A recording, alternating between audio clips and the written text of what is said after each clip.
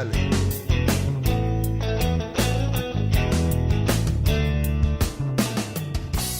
Muy buenas tardes. Hoy en el programa Conversando con Don Ale tenemos a Eugenio Hernández Cordero, uno de los abogados de este cantón, una de las personas que colabora con nosotros en estos temas, en nuestros programas, tanto de radio como de televisión. Pero antes de presentar a Eugenio, tengo, como decimos los que vivimos en el campo, así clavo con una cosa que está pasando a nivel internacional y en donde el presidente Joe Biden en Estados Unidos quiere hacer una cumbre sobre el cambio climático, ya que el presidente anterior eliminó a su país de todas estas estructuras que hay en el mundo para proteger el medio ambiente. Y entonces está invitando a gente de los países nuestros de acá, de las Américas, e invita a México, invita a Chile, invita a Colombia, Argentina, y no invita a Costa Rica. Y entonces usted escucha las noticias y dice, bueno, pero ¿qué está pasando? Si nosotros en un momento dado la ONU nos dio un título, Costa Rica campeones de la tierra en el 2019. ¿Y qué ha pasado del 2019 aquí, fuera de la pandemia? ¿Qué ha pasado en nuestro país que al presidente de los Estados Unidos, a sus asesores, a la gente que tiene que ver con el medio ambiente, se le olvida de este pequeño país? ¿Qué habrá detrás de todo esto? ¿Qué hemos hecho, qué han hecho los gobiernos, este y el gobierno anterior, para recibir este desaire tan grande? Porque ahí está el ICT promocionándonos como un país verde en el mundo y se han gastado millones de dólares. Y bueno, ya no hay plata en el ICT porque el ICT se mantiene de acuerdo al impuesto que se le paga al turista que viene al país. Pero hoy, y discúlpeme invitado, no hago esto frecuentemente, pero bueno, hoy después de Semana Santa preguntamos al gobierno, inclusive podemos preguntarle a los representantes del gobierno de los Estados Unidos en Costa Rica, bueno, ¿y por qué nos dejaron por fuera? ¿Qué será? O sea, ¿qué han hecho los gobernantes de nuestro país para que nosotros recibamos ese balde de agua fría? Así es que cierro el paréntesis y recibimos a Eugenio Hernández Cordero. Eugenio, buenas tardes. Buenas tardes, don Alejandro. Muchísimas gracias por la invitación que me realizó para estar en este programa. Y bueno, aquí estamos. Digamos, ¿tiene algo que decir del tema o lo cierro totalmente? No, pues yo creo que, haciendo eco a sus palabras, creo que el país merece una explicación de por qué no fue invitado a Costa Rica. Usted ha dicho cosas que son muy claras, muy interesantes, muy ciertas, y es que Costa Rica se promueve en el mundo como un país verde. De hecho, en esta semana una de las grandes noticias en nuestro país es que estamos en una cadena de televisión mundial donde se promueve a Costa Rica, las bellezas de Costa Rica, como país de destino turístico donde se protege la naturaleza. Entonces, claro, muy extraño que Costa Rica no haya sido invitada a esta cumbre. Costa Rica merece saber sí, claro, por qué. Claro, inclusive de ahí, somos un destino turístico. El país ha logrado incrementar la porción boscosa, conservar el agua y todo lo demás, aunque no reciclamos y el centro de San José es una desgracia, es un basurero, pero caramba, aquí hay gente en el mundo que ha dicho que antes de morirse hay que venir a visitar Costa Rica. Y entonces, señores, necesitamos una explicación nosotros. Y los mismos candidatos a gobernarnos, ¿qué piensan de todo esto? Y bueno, y poco a poco vamos a irlo trayendo en el programa Conversando con Noal. Pero hoy estamos hablando de temas importantísimos. Y hemos invitado a Eugenio para conversar de temas como patentes. Y yo pregunto, si no fuera necesario una patente, ¿usted iría a la municipalidad a pedir una patente? Quizás que no, ¿verdad? ¿A que no? Hay cosas que son necesarias aunque parezcan un mal. Pero viéndolo desde otra perspectiva, don Alejandro, ¿cómo podría el gobierno local cumplir con la función que tiene como local? La palabra local es muy importante en el ámbito municipal. La constitución política externa que debe haber un gobierno que se dedica a lo local dentro de todo lo que es lo nacional. ¿Y de qué otra manera puede solventar la municipalidad todo su maquinaria, toda su estructura para poder llevar a la comunidad el cumplimiento de la misión por el que fue creada? Bueno, mediante los impuestos. Y dentro de esos tenemos las patentes. Es uno de esos rubros que recoge la municipalidad para poder cumplir con su misión. Ok, ahora hay diferentes tipos de patentes. Otra cosa, usted y yo somos municipios, ¿verdad? Es correcto, don Alejandro. La municipalidad está conformada no solamente por lo que es la parte estructural del gobierno en sí, es decir, las instalaciones y oficinas, sino la municipalidad somos todos. El concepto constitucional es que la municipalidad es todo el pueblo que vive dentro de un territorio establecido, en este caso nuestro, Pérez Celedón. Y todos los habitantes de Pérez Celedón, desde la perspectiva municipal, somos municipios. Ahora, Eugenio, en esta pandemia, yo le pediría a la municipalidad pues, que deje las patentes, digamos, pendientes de cobro durante un tiempo. Pero igual, seguramente el señor alcalde me diría, ¿y de dónde cojo plata para pagar a los funcionarios?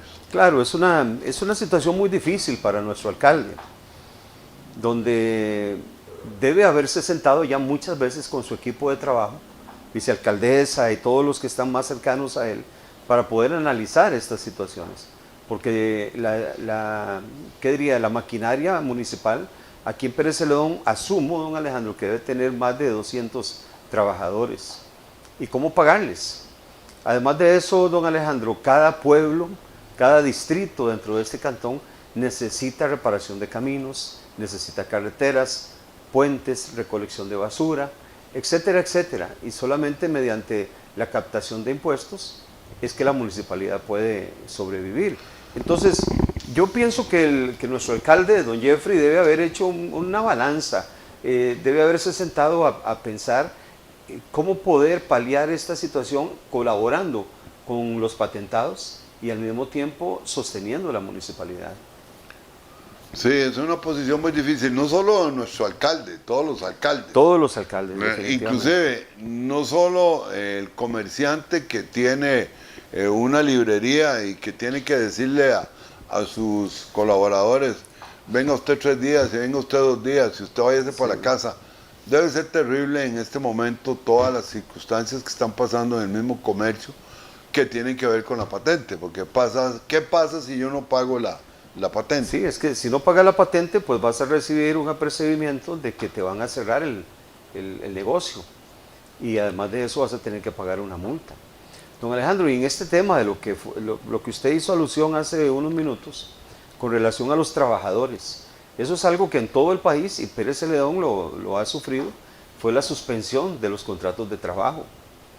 El Ministerio de Trabajo, lógicamente como directriz del gobierno central, abrió la posibilidad de poder suspender los contratos laborales o reducir las jornadas laborales. No de una forma arbitraria, todo esto tenía que pasar primeramente por el Ministerio de Trabajo para que existiera una aprobación, pero el trabajador se vio sometido a una reducción de la jornada y por consiguiente a una reducción de su salario. Y todavía está esa modificación. El último decreto que hubo, la última resolución, extendió esta particularidad hasta el mes de junio. Ya a partir de julio, pues pareciera que no se va a volver a prorrogar. Bueno, muestra de eso es que podemos ver que el comercio vuelve a resurgir, volvemos a ver supermercados abiertos, barberías abiertas, etcétera, etcétera. Entonces quizá ya no sea necesario este tipo de resolución que permite la reducción de una jornada laboral. Bueno, estamos con Eugenio Hernández Cordero y estamos con el cafecito Chirripó, café gourmet de Copeagri, café arábigo 100%, recomendado, sabroso, oloroso. Ya regresamos. Bueno, Eugenio, las patentes para la municipalidad son fundamentales y para el comercio es un mal necesario, pero no solo para el comercio. O sea, digamos, los profesionales tienen que tener patentes también.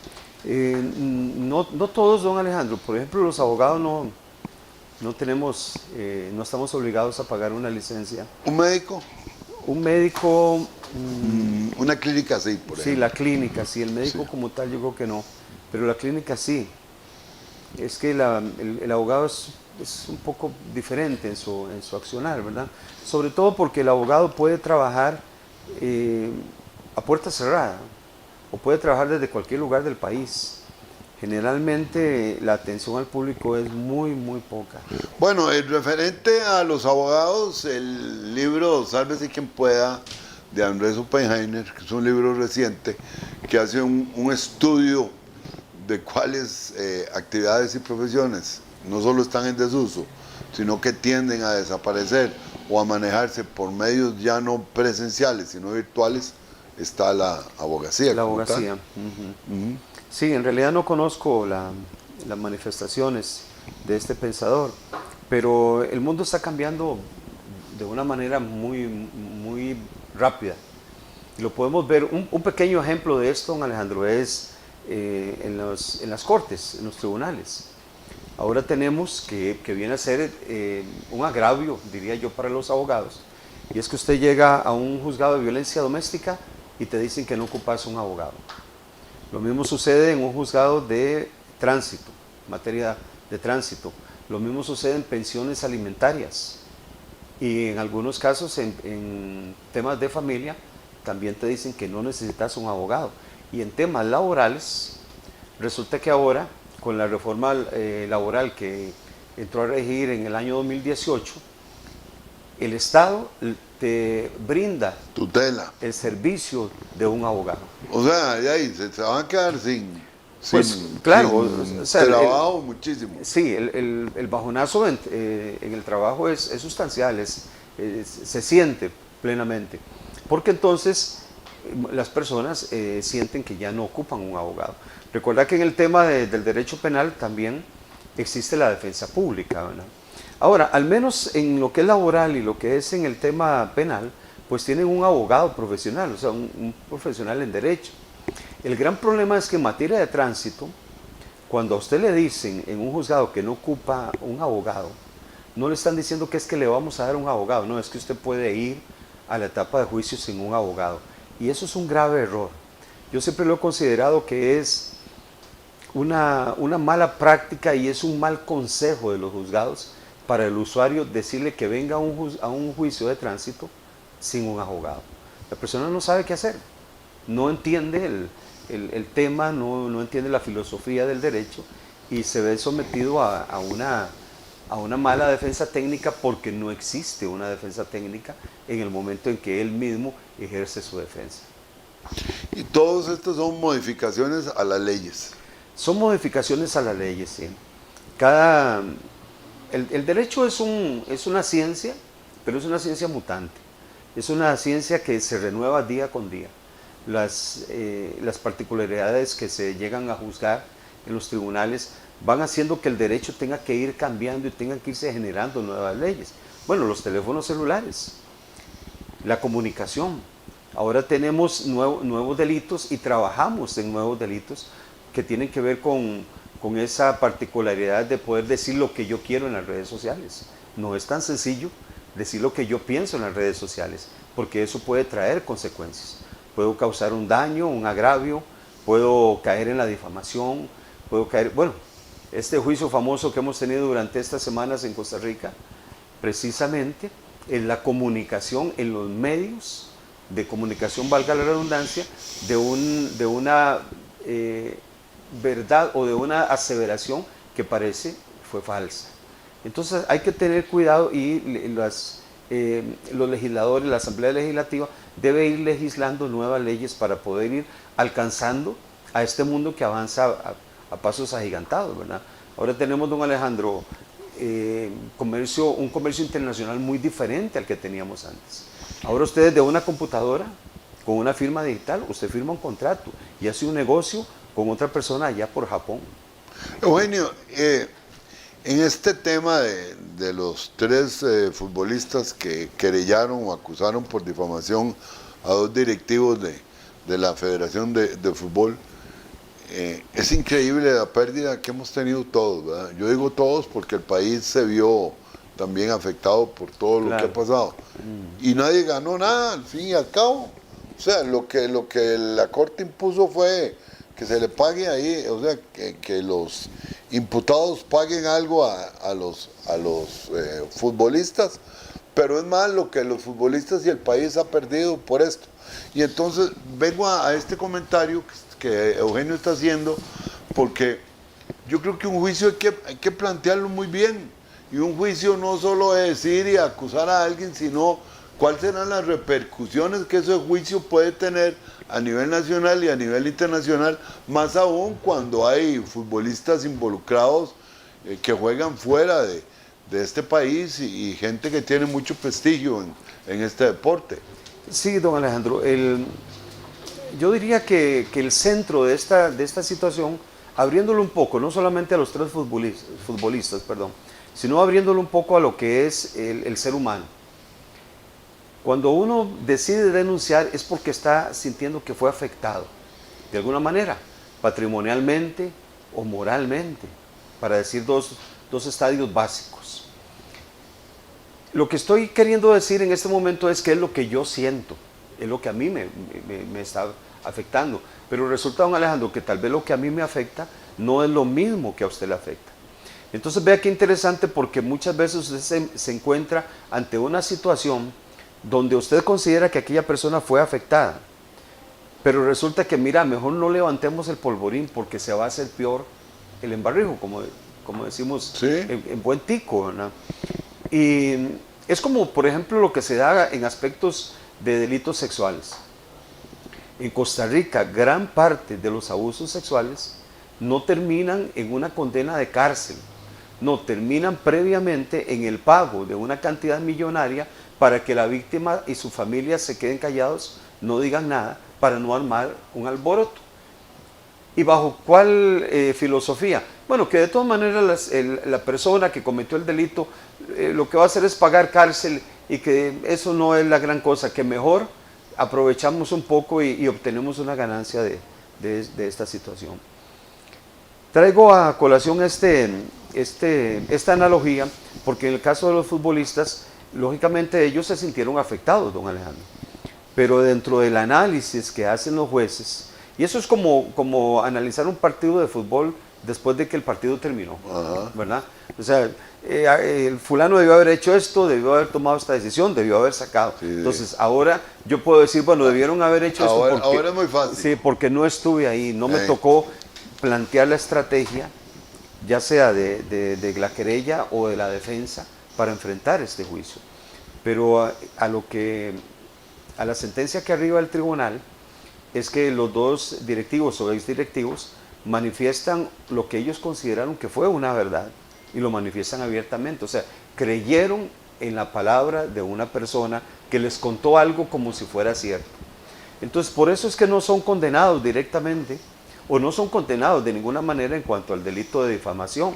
¿El delito de difamación como tal en qué consiste? Consiste en tomar una mentira y divulgarla por medio de especies suficientes, amplias, como la televisión, como la radio, como una conferencia de prensa, y que va a llegar a afectar a la persona porque estoy diciendo algo que no es cierto, algo que no sucedió, pero lo estoy relatando como si fuera algo cierto. De manera que en este momento una gran parte de nuestro país, Costa Rica, considera que estos 3 jugadores son unos traidores. Porque, don Alejandro, siempre que después de una sentencia siempre va a haber personas, en este caso, que van a estar a favor de los directivos, y van a haber personas a favor de los 3 jugadores de fútbol. Ahí es donde se causa un daño, y se le causa un daño a Costa Rica, como usted dice, don Alejandro, pero también hay que analizar si los tres jugadores tenían razón en su momento de defenderse, se sintieron afectados en su orgullo y en su prestigio, porque estamos hablando de tres jugadores de gran prestigio en Costa Rica. Así ¿Me es. comprende? Entonces, digamos, el balance de lo que es poder analizar un caso es muy complejo. Hay demasiadas posturas que nos pueden llevar a arribar a diferentes conclusiones. Vamos a un corte, estamos con Eugenio Hernández Cordero. Debo decirle que todavía no hemos tocado el tema que queríamos tocar. ¿Qué traíamos? Ya regreso. Bueno, Eugenio, nos queda poco tiempo, pero el tema es importante, el tema de las famosas patentes. Entonces, ¿hay un plazo definido? ¿Cómo es el asunto? El tema de las patentes ahorita, don Alejandro, en este momento es importante para Pérez Celedón, porque todos los años debemos realizar lo que llamamos una declaración de patente. Esa declaración está basada en la declaración de renta del año anterior. Es decir, tenemos que informarle a la municipalidad cuánto fueron las ganancias que obtuvimos dentro de nuestro negocio, para que la municipalidad pueda calcular el monto que va a cobrar por la licencia comercial o patente, como normalmente le llamamos. La municipalidad generalmente da tiempo en los primeros días de enero, pero por asuntos de pandemia y como ha cambiado también lo que es el periodo fiscal, que ahora no es de septiembre a septiembre, sino que ahora es de enero a diciembre, entonces la nueva fecha para presentar la declaración de patente es el 9 de abril. Durante esta semana, lunes, martes, miércoles, la municipalidad está abierta para que lo puedan hacer. Y la próxima semana, lunes, martes y miércoles, es el término que le queda a los usuarios, a los patentados, para realizar esta declaración de patente. Importante, don Alejandro, y es que si no se hace a tiempo, eso genera una multa y podría incluso hasta generar el cierre de su negocio. Ahora, en el caso suyo como profesional, usted se dedica a realizar estos trámites. Es un trámite, don Alejandro, que en muchos casos pues el dueño del negocio no tiene el tiempo, o se le vuelve un poco engorroso, como decimos, llenar el formulario, ir a hacer la fila, etc. Nosotros en nuestro buffet, pues parte de nuestros servicios es brindarle al usuario la posibilidad de que nuestros colaboradores realicen esta declaración de patente. Y pueden comunicarse con Eugenio al 8935-9730. Correcto, don Alejandro, 8935-9730, estaríamos para servirle. Mire, lo otro es que en una sociedad, yo siempre he dicho que hacer una sociedad no es que yo me junto con alguien, sino que tenemos que tener empatía. Claro. ¿Verdad? Tenemos que ser verdaderamente amigos para realizar un negocio. Creo que los negocios entre familia no caminan como muy bien. Hay muchas experiencias buenas y malas. Pero bueno, para hacer una sociedad en sí, ¿cómo se conforma entonces? El tema de las sociedades es muy amplio, ¿no, Alejandro? Quizás por la premura del tiempo vamos a tocar algunos puntos importantes.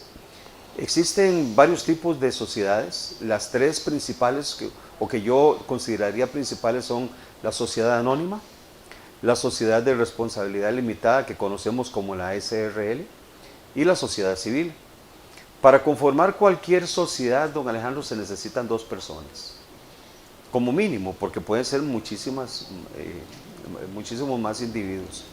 Ahora, don Alejandro, la conformación de una sociedad, más allá de lo que es la amistad, conlleva asentar la parte legal y de funcionamiento de una sociedad.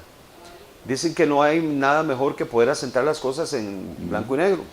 Pues eso es lo que logramos al inscribir una sociedad o al conformar una sociedad, porque le establecemos una serie de estatutos donde se va a decir desde el momento en que nace hasta el momento en que la sociedad va a morir, qué es lo que la sociedad puede hacer, qué no puede hacer, quiénes van a ser los representantes y cuáles van a ser sus funciones, sus responsabilidades y hasta dónde llega esa responsabilidad. Así como una serie más de estatutos para poder conformar una sociedad que lleva como fin, de acuerdo a la esencia o al espíritu del legislador, el comercio en sí. Explico esto, don Alejandro, porque en el pasado se ha utilizado mucho la sociedad simple y sencillamente para poder detentar un carro, detentar una propiedad. Y decir, bueno, a mí nadie me puede quitar nada porque yo lo tengo en sociedades. Yo ando este carro, pero está a nombre de una sociedad y entonces no aparezco yo como dueño registral del vehículo. Pero en realidad esta no es la forma o no es la esencia para lo que fueron creadas las sociedades. En la actualidad, don Alejandro, esta práctica se ha eliminado un poco, principalmente por el costo que conlleva mantener una sociedad. Porque desde hace aproximadamente 5 a 8 años se estableció un impuesto a las personas jurídicas, es decir, a las sociedades, que significa una suma alta anualmente. Entonces, ya las personas lo piensan un poquito mejor, ¿verdad?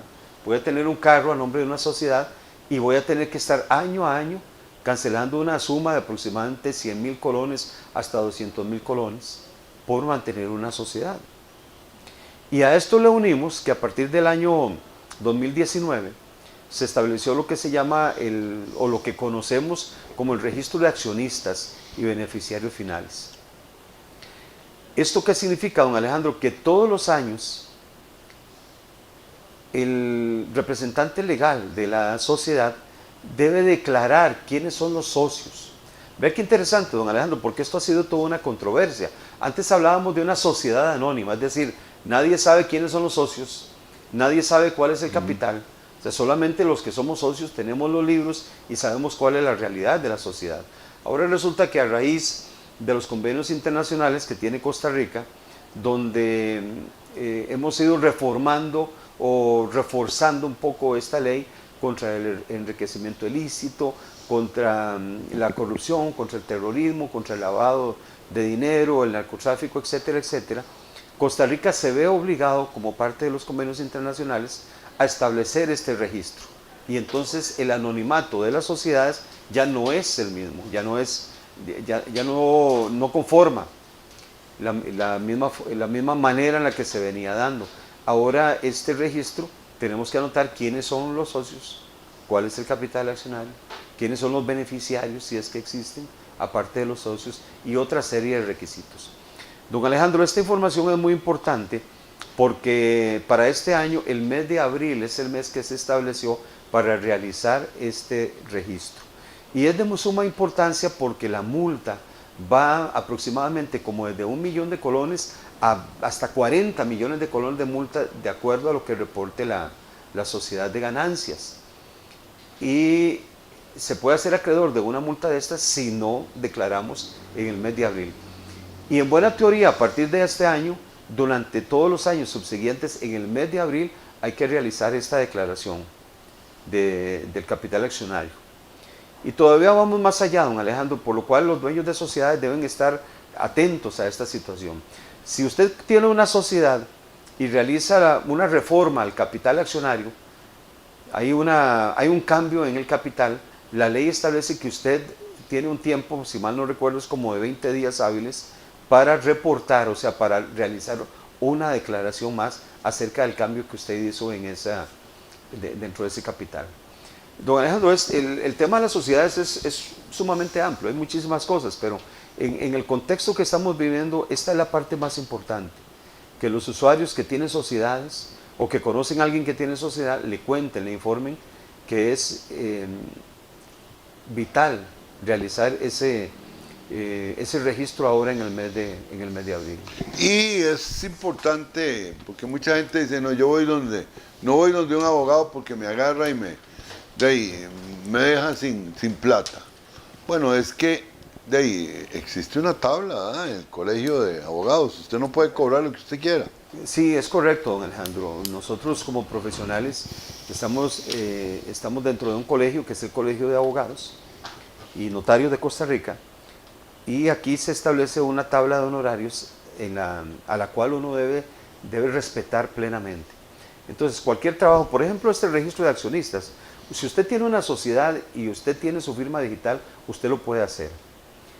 Quizás le cueste un poco por este asunto de las plataformas digitales, etcétera, pero lo va a poder hacer. Sin embargo, los notarios podemos dar el servicio de realizar ese registro de accionario porque nosotros contamos con firma digital. Entonces el usuario otorga un poder en nuestra oficina para el notario y el notario se encarga de realizar ese procedimiento. Y sí, don Alejandro, perdón, en el tema de los honorarios, bueno, como profesionales debemos respetar esa tabla y esa tabla está adecuada para ser justa en el precio de los trabajos que nosotros realizamos. Bueno, estamos hablando de estos temas con Eugenio Hernández Cordero. Vamos a un corte y ya regresamos. Bueno, después de probar el cafecito Chirripó, aquí que Yami nos ha traído en este corte, ¿verdad? Vamos a seguirlo probando. Eugenio, el sucesorio es terrible, ¿verdad?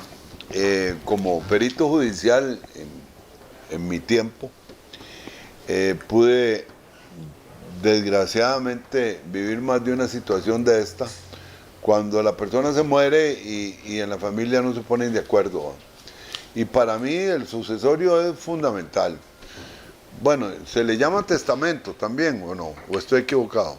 Bueno, son dos conceptos, don Alejandro. Ah, El testamento es la manera en la que una persona que está viva, sí. esto es importante, la persona que está viva decide. Cierto, el sucesorio es cuando ya se ha muerto. El sucesorio ya la persona está muerta. Cierto. Por eso son dos conceptos muy antagónicos, sí, ¿verdad? Sí, claro.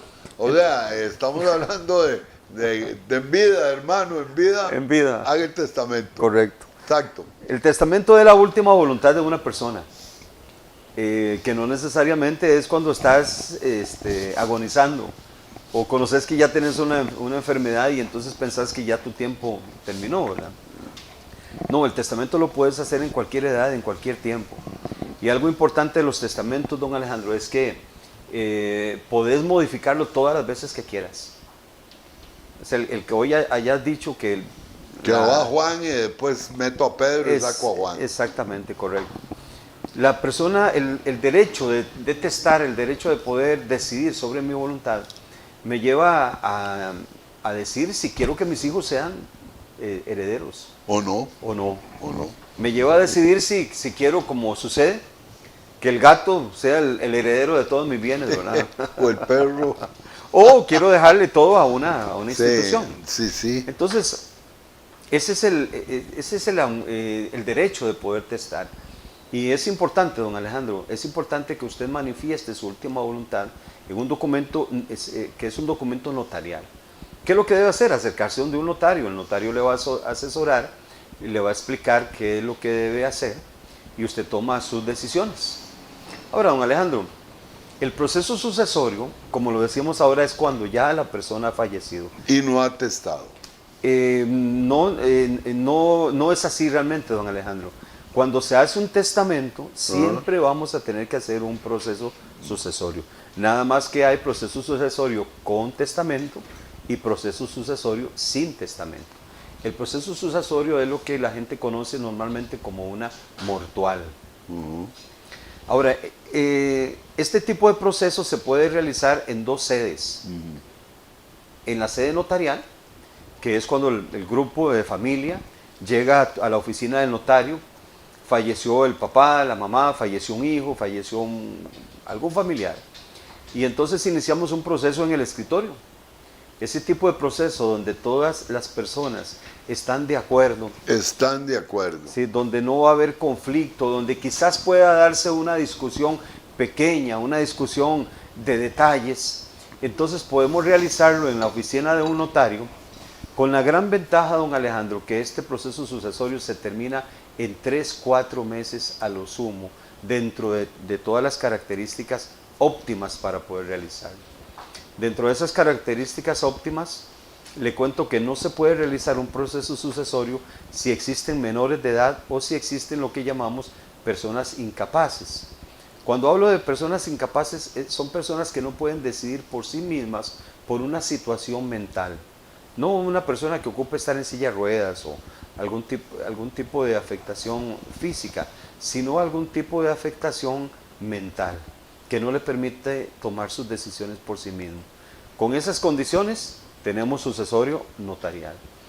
Si no tenemos esas condiciones, o si resulta que todos los hermanos están en un puro pleito, entonces necesariamente tenemos que ir a un juzgado civil para poder realizar el proceso sucesorio, y dentro de ese proceso, si no se llegan a poner de acuerdo, porque siempre habrá la posibilidad de que la familia, los herederos se puedan poner de acuerdo, pues entonces será un juez el que tendrá que decidir cómo se van a repartir, qué va a suceder con los bienes y también con las deudas del muerto. ¿Cómo? No es que ya uno muerto ya no debe nada. No, don Alejandro, No. no es así. No, se heredan las deudas. Pues no es exactamente, digamos, que se heredan. Cuando se abre un proceso sucesorio, ese proceso en sí, esa sucesión o esa mortual es la que viene a representar al muerto, a la persona que falleció. De manera que si usted tiene una letra de cambio, para poner un ejemplo, de que aquel señor que acaba de morir se la firmó, usted puede venir a la sucesión, que es la que está representando al fallecido, y usted puede cobrar su deuda allí. Pero lógicamente necesita tener un documento idóneo, necesita poder comprobar fehacientemente que aquella persona le debía dinero a usted. Con excepción, don Alejandro, de aquel tipo de créditos, generalmente los créditos bancarios que tienen un respaldo de una póliza de vida. Es decir, que si yo debo 100 millones por la construcción de mi casa y fallezco, mis herederos no van a tener que ejercer esa deuda o esa responsabilidad. ¿Por qué? Porque la póliza que yo tomé cuando tomé ese crédito va a cancelar automáticamente ese crédito. Ahora, en esto estamos hablando así como muy light, ¿verdad? De este asunto. Pero ahí cuando llega alguien y dice, no, ahí esa firma no es la de papá, o fulano de tal, muriendo papá, recogió la firma y no es, o sea, le dejó todo a él, pero no es cierto. Don Alejandro, viera que esto es una situación muy común. Muy común. Sí, es muy común. Generalmente donde hay familias que tienen grandes capitales, donde es mucho lo que hay que repartir, y donde, bueno, usted conoce que donde hay una familia grande hay mucho problema, ¿verdad? Mucha diferencia de pensamiento. Y entonces se da lo que usted acaba de comentar. Esa no es la firma de papá. Esa firma se la sacaron cuando estaba enfermo, lo engañaron. Todas estas circunstancias se tienen que ventilar en un juzgado civil. Y el interesado o la persona que piensa que está siendo agraviado en sus derechos, don Alejandro, por medio de un abogado, puede presentar las impugnaciones necesarias, puede presentar los alegatos, los recursos que la ley establece para poder recibir una sentencia de un juez que es el que va a determinar al final si el testamento es válido o no es válido, si esa era la voluntad o no, en el caso donde existan testamentos, ¿verdad? Porque se dan situaciones pues donde la persona no dejó testamento y entonces el juez es el que va a tener que decidir cómo se dividen los bienes de la persona que falleció, que en derecho se le da el nombre de causante. O sea, ¿por qué estamos conversando de todo esto? Bueno, pues porque yo pienso que nunca me voy a morir. Yo pienso que lo puedo dejar para mañana o para el año entrante o quién sabe para cuándo. Porque mucha gente cree que se queda para semilla, como digo yo con todo respeto. Y eso no es así. El mejor negocio es arreglar las cargas y no de camino, sino con tiempo. Ahora, ¿qué cuesta llegar donde un abogado y decirle, hágame mi testamento y darlo a conocer y inclusive hasta ponernos de acuerdo entre todos en la casa antes de que me muera? Bueno, don Alejandro, eso es una de las muchas posibilidades que existen. Los testamentos, para hacer una subdivisión práctica, hay testamento cerrado y hay testamento abierto. El testamento abierto se realiza una escritura pública y este testamento se guarda en el registro nacional. Hay una sección para guardar los testamentos, el notario debe llevarlo allá. Entonces, por lógica, cualquier persona podría conocer ese testamento y saber cuál fue la voluntad de esa persona. Tome en cuenta que esa última voluntad es variable, o sea que en el camino, antes de que la persona fallezca, perfectamente puede ser cambiado. Ahora, existe el testamento cerrado.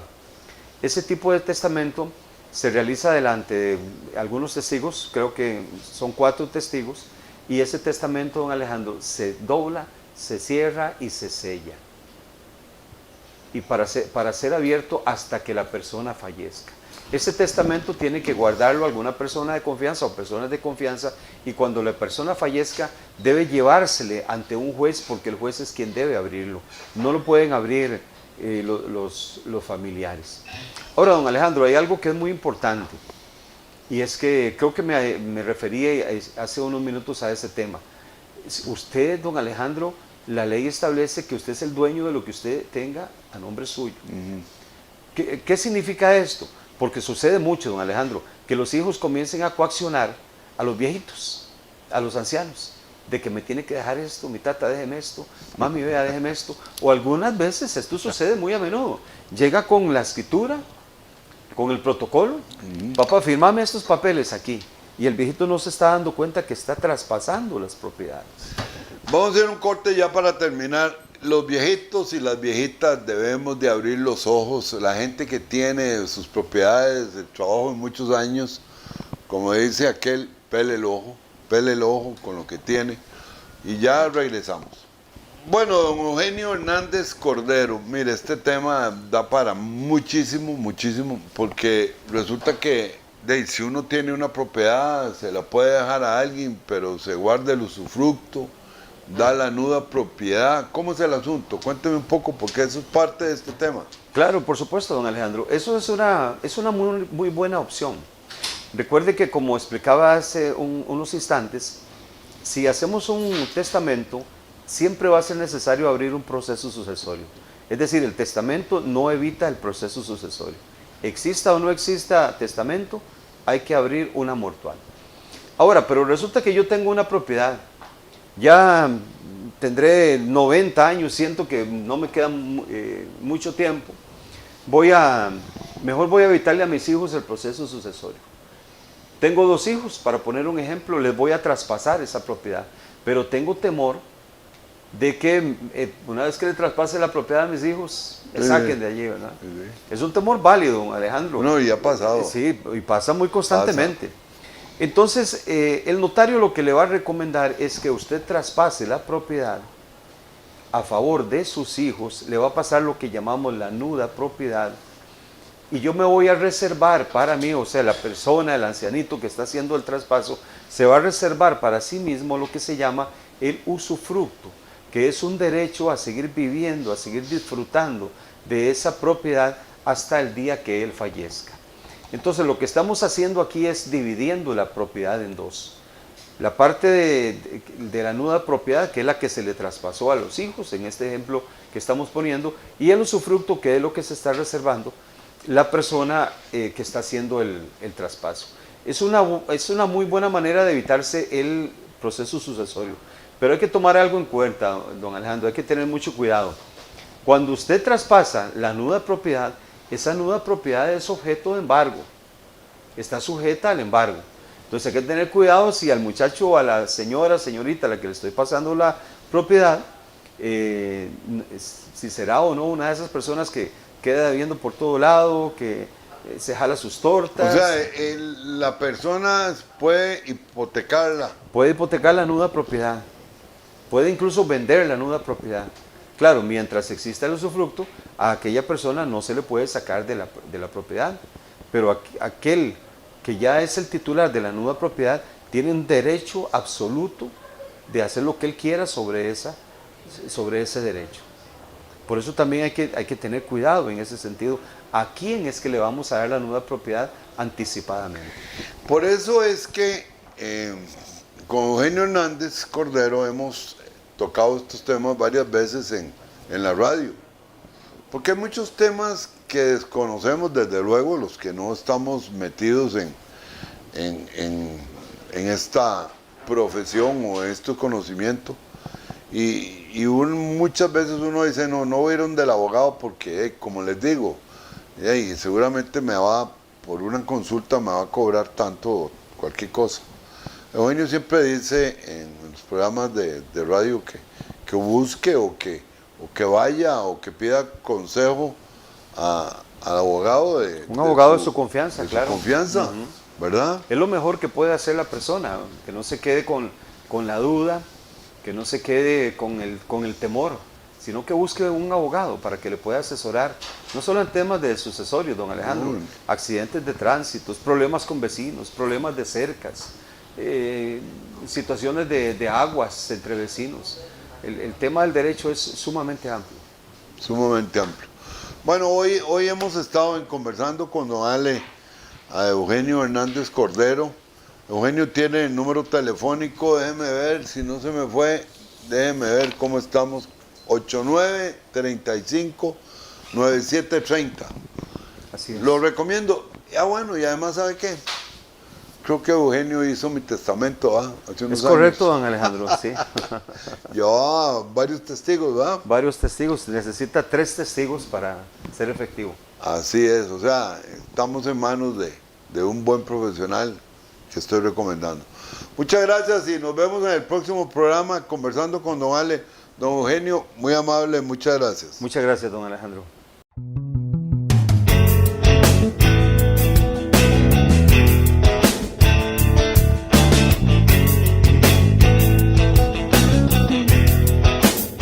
Conversando con don Ale.